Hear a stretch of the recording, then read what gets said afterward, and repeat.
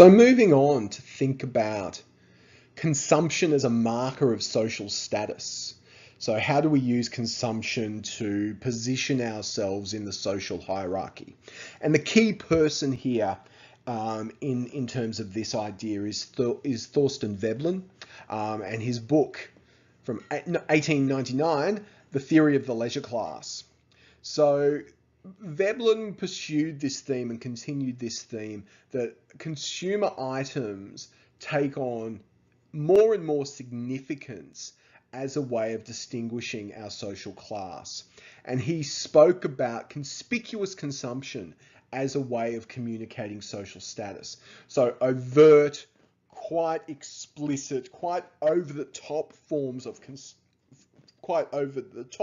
consumption as a way of displaying our social position. And we can see that in everyday culture now. So here we have, a range of clothes and products, all of which we would consider to be, kind of prestige items, but all convey very different types of social status. Very different types of social status. And this idea of consumption as a marker of social status was pursued by the French sociologist Pierre Bourdieu most powerfully in his book Distinction, where he pursued the idea that social structure is less about class and more about fluid and subtle variations in consumption practice. So again, pursuing this idea that your class position is not necessarily about how much money you have, but rather what you communicate with the money you have through the things that you buy, and the kind of leisure activities and social and cultural activities that you engage in. So Bourdieu makes this distinction between economic capital, how much money you earn, and cultural capital, so your status, your social value. Now, while cultural capital is often related to economic capital, it's fostered within the lifestyle of a particular cultural group. So the same product, in the case of this example, Ugg boots, can be worn by two very different sets of people. Sarah Jessica Parker, a celebrity, and the great Ozzy Bogan, quite differently and communicate quite different things. So cultural objects in this context are acquired through a process of socialization into a group. And how you wear your Ugg boots in a particular social situation, or how you wear your jeans in a particular social situation, or what food you eat in a particular social situation, identifies your social position or status by indicating a certain amount of knowledge or expertise. Now, Bourdieu talked about habitus, so the choice of products and the desire for certain goods is not simply a function of our income, but rather a perception of the way the social world is structured. So we will buy Tiffany jewelry, for argument's sake, because we believe that signifies quality, prestige, and a high social status. And systematicity refers to the process by which we collect and organize ourselves and objects according to our perception of the social world. So we buy individual products to reflect a certain social position and then we organize these in a way that communicates that position to the rest of the world. Let's ground all of this in an example. So here we have two cars. The car on the left is a Holden Ute. The car on the right is a BMW. Both of these cars cost $54,000. Trust me on that, I Googled them. They both cost $54,000. But they're very different cars, aren't they? Very different cars. Culturally and socially, they're enormously different. How? How are they different? How are they different socially and culturally? Now again, just ponder this question for a little while, and then in the review exercises for this week, we're going to get you to give your opinion on the different types of social status that our Holden Ute and our BMW communicate to the world, and why one type of person might choose one car over another.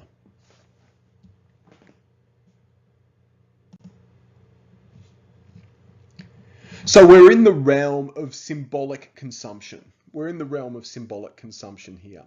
So that consumer culture is used to construct identity and convey social status. And this is an idea pursued by Jean Baudrillard, the French cultural theorist. But the difference for Baudrillard and how he kind of just tweaks Marxist theory slightly is that he is not arguing in favor of commodity fetishism. So he's not saying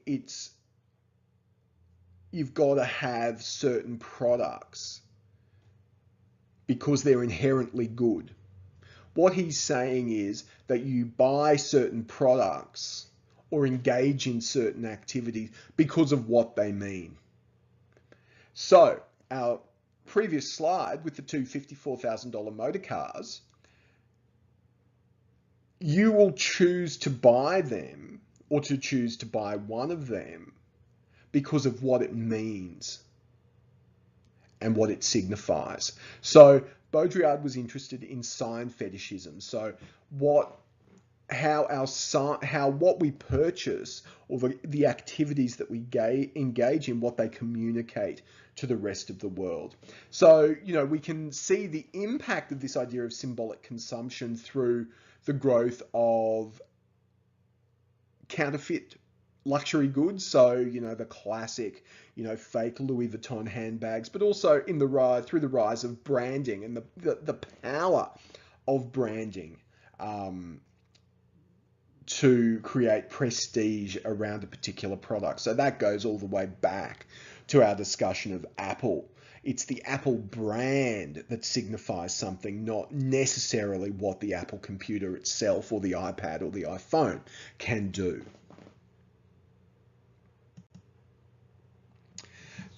So increasingly have this kind of bizarre hybrid between high culture or prestige forms of consumer culture and sort of more everyday accessible forms of consumer culture. And I think one of the best examples of that is, the pairing of fashion designers with kind of department store. So whether it be, originally Stella McCartney for Target, all the way through to, now fashion designers pairing with Topshop. We can see the importance of branding. So clearly you go in and buy a designer product in Topshop for, $100. It's going to be a very different garment to, going into the designer's boutique and maybe paying $1,000 for a garment. But you're buying the brand.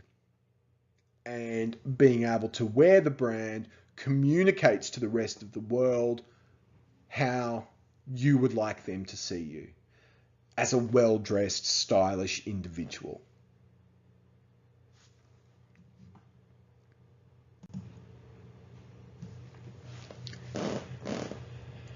As a result of all of this, we see increasingly, and historically we've seen increasingly, the commodification of lifestyles. So the idea that your lifestyle is a series of purchases, product decisions that position yourself in society. So Erich Fromm talks about this idea of the having mode, a life which is based on material possessions, money, and power. So a materialistic existence, which he contrasts with the idea of the being mode, so a life based on love, sharing, emotion, and productive activity.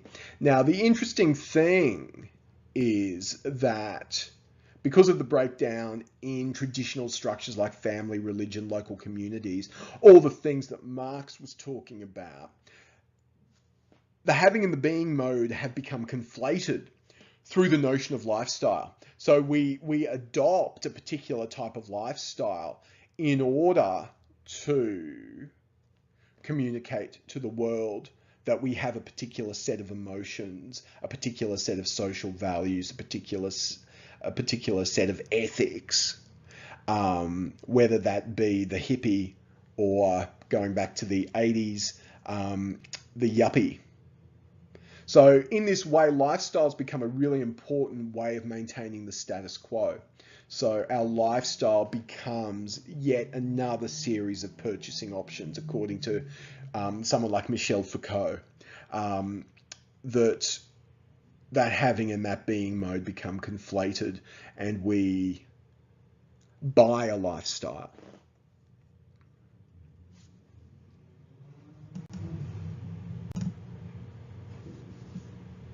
Now, again, this can be seen really beautifully in send-ups of consumer culture. So one of the classics is the great Activewear spoof music video.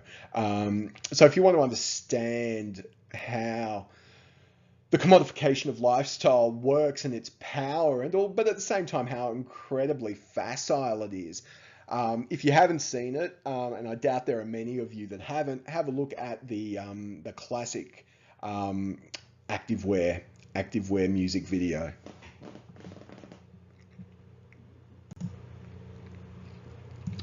Now, through this commodification of lifestyle, consumer culture becomes a really important way of connecting state power and individual power. So your individual purchasing power becomes an expression of nationalism, becomes an expression of your cultural identity. So I love, these make me laugh. Or every time the Olympic Games comes out, the Olympic Games arrives, McDonald's will bring out a range of burgers representing some of the countries that are competing in the Olympic Games. And I love these because if you ate heaps of McDonald's burgers, there ain't no way you're ending up in the Olympics. So I love that juxtaposition. But we can see that idea of your purchasing decision explicitly being connected to your cultural identity through advertising campaigns like this one from Coles. And they've trotted it out again recently. This one, this because we all buy, etc. ... Got a lot of heat, particularly from vegetarian groups, because we don't all buy roast chicken. But the implication of this ad is that we all do. And if you don't buy roast chicken, then somehow you're not one of us. It creates a very, very clear us and them, either or dichotomy that really a lot of people found quite offensive.